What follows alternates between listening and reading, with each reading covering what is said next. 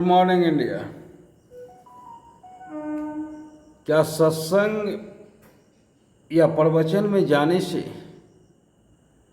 परमात्मा की प्राप्ति होती है?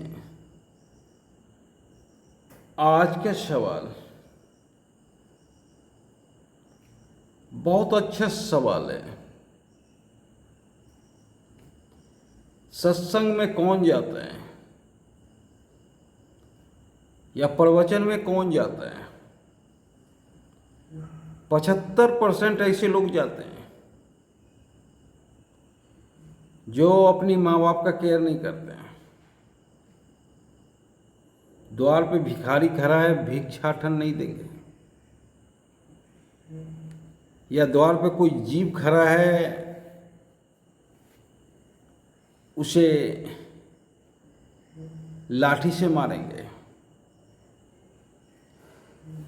मतलब किसी भी तरह सहायता नहीं करेंगे,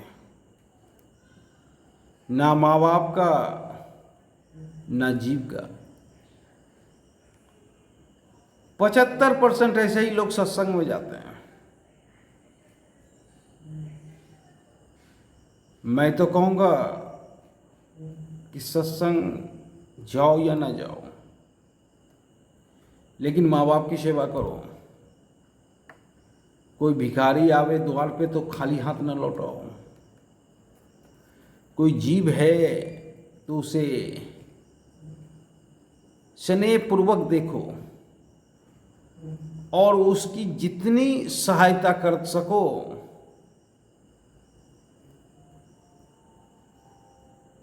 वो अच्छा है आपके लिए। क्योंकि आप जिस सत्संग में जा रहे हो और जिसको खोजने जा रहे हो वो कहीं और नहीं है। हो सकता है आपके द्वार पे जो भिखारी हो उसी में परमात्मा का वास है, या जीव है उसमें भी परमात्मा का वास है, या माता जी पिताजी हैं उसमें भी परमात्मा का वास है। तो कितने परमात्मा को आपने ठुकरा कर सत्संग में जाने का फैसला लिया? मेरे एक मित्र हैं, उनकी वाइफ बराबर सत्संग में जाते हैं और मेरे मित्र को कभी माँ बाप को रखने नहीं दिया।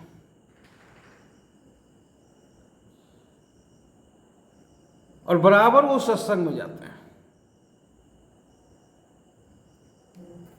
मतलब परमात्मा को ठुकरा कर आप सत्संग में जा रहे हो, क्या परमात्मा की प्राप्ति होगी? हमें तो नहीं लगता है कि आपको परमात्मा की प्राप्ति होगी या परमात्मा का दर्शन भी होगा। हाँ, ज़्यादा होगा तो यही होगा कि 2-4 आदमी से मुलाकात होगी जो आपको दिल बहलाने के लिए काफ़ी है। इससे ज़्यादा कुछ नहीं होगी। अगर परमात्मा से मुलाकात करना चाहते हो तो अपनी माँ बाप की सेवा करो। परमात्मा से मुलाकात करना चाहते हो तो तेरे द्वार से कोई भी भिखारी वापस न जाए। परमात्मा का अगर सेवा करना चाहते हो तो तेरे द्वार से कोई भी जानवर भूखा ना जाए। इसी में परमात्मा है और परमात्मा को पाने का यही रास्ता है। अगर कोई व्यक्ति पूजा करने जा रहा है और रास्ते में कोई जानवर भूखा है और आपको बराबर पीछा कर रहा है, तो पूजा करने से पहले अगर आप समर्थ हो तो उसको भोजन कराओ। उसी में परमात्मा का वास है। पर हम परमात्मा को छोड़कर मंदिर, मस्जिद, गुरुद्वारा दौड़ते हैं कि हमें परमात्मा मिल जाए। और जैसे ही हाथ जोड़ते हैं वैसे ही मन में जिज्ञासा पैदा होता है कि भगवान ये काम नहीं हुआ, ये काम हो जाएगा तो इतने रुपया का प्रसादी चलाएंगे। वहां भी लोभ, परमात्मा के दर्शन में भी लोभ। मतलब एक तो आप कई एक परमात्मा को ठोकर मारकर मंदिर जा रहे हो और जैसे ही भगवान के पास गए वहां सीधे भगवान से मांगने लगे। कभी आपको परमात्मा, मुझे तो नहीं लगता है कि मिलेगा। अगर परमात्मा को पाना है तो परमात्मा का पाने का एक ही रास्ता है। परमात्मा और कहीं नहीं है, परमात्मा तेरे अंदर है। तू अपने अंदर टटोल, अपने अंदर से परमात्मा को निकाल। जिसने अपने अंदर टटोला है उसने परमात्मा को पाया है। चाहे बुद्ध हो, चाहे महावीर हो, चाहे स्वामी जी हो, विवेकानंद, चाहे और भी कोई हो, जिसने अपने आप को टटोला है उसी ने परमात्मा को पाया है। इसीलिए अगर परमात्मा से मुलाकात करना चाहते हो तो अपने आप को टटोलना होगा, अपने अंदर जाना होगा और परमात्मा ने जिस काम के लिए आपको बनाया वो काम करना होगा। आप उस काम में इतना मेहनत करें कि उस काम में मिट जाए पर छोड़े नहीं, और तब जाकर उस काम में परमानंद की प्राप्ति होगी। और जब उस काम में परम आनंद की प्राप्ति होगी तो सोचो उस काम में आपको परमात्मा का दर्शन होने वाला है, फतह होने वाला है। तो परमात्मा का पाने का एक ही रास्ता है, कर्म योग। गीता में भी भगवान श्री कृष्ण बोले हैं, हे अर्जुन तुम क्षत्रिय हो,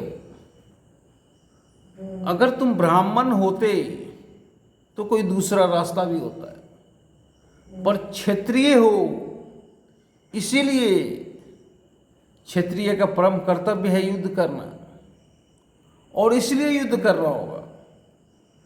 तू अगर युद्ध में वीर गति को भी प्राप्त करेगा तो तेरी जय जयकार होगी, और जीतेगा तेरी जय जयकार होगी। पर युद्ध से अगर भागे तो चारों तरफ निंदा होगी। तो मुझे नहीं लगता है कि सत्संग में आपको जाने से या भजन कीर्तन सुनने से परमात्मा की प्राप्ति होगी। परमात्मा की प्राप्ति के लिए एक ही मार्ग है, कर्म क्षेत्र, और कर्म क्षेत्र के द्वारा ही परमात्मा को प्राप्त किया जा सकता है। और जब आप मंदिर भी जाते हो तो किसी परमात्मा को नाराज करके मत जाओ, माँ बाप का आशीर्वाद लेके जाओ, पशु पक्षी को भोजन करा के जाओ, तभी आपका वहाँ भी सार्थक उद्देश्य का पूर्ति होगा। तो महाराज प्रेमानंद जी बोलते हैं, अगर एक भी पशु का आपने सेवा कर लिया तो जीवन धन्य हो जाएगा। और 100% सही बोलते हैं। अगर एक भी जानवर घर में रख लिए और उसे प्यार दिए तो आपका जीवन वैसे ही धन्य हो जाएगा। आपको कहीं और जाने की जरूरत नहीं पड़ेगी। तो परमात्मा आपके अंदर है, ढूंढिए, गोता लगाइए और खोजिए कि प्रभु ने आपको किस काम के लिए बनाया है और उस काम में आप जीवन झोंक दीजिए। देखिए उसी काम में आपको परम आनंद की प्राप्ति होगी और जहाँ परम आनंद की प्राप्ति होगी वहीं परमात्मा का दर्शन होगा, ना कि कथा सुनने से या सत्संग जाने से आपको परमात्मा की प्राप्ति होगी। जय हिंद।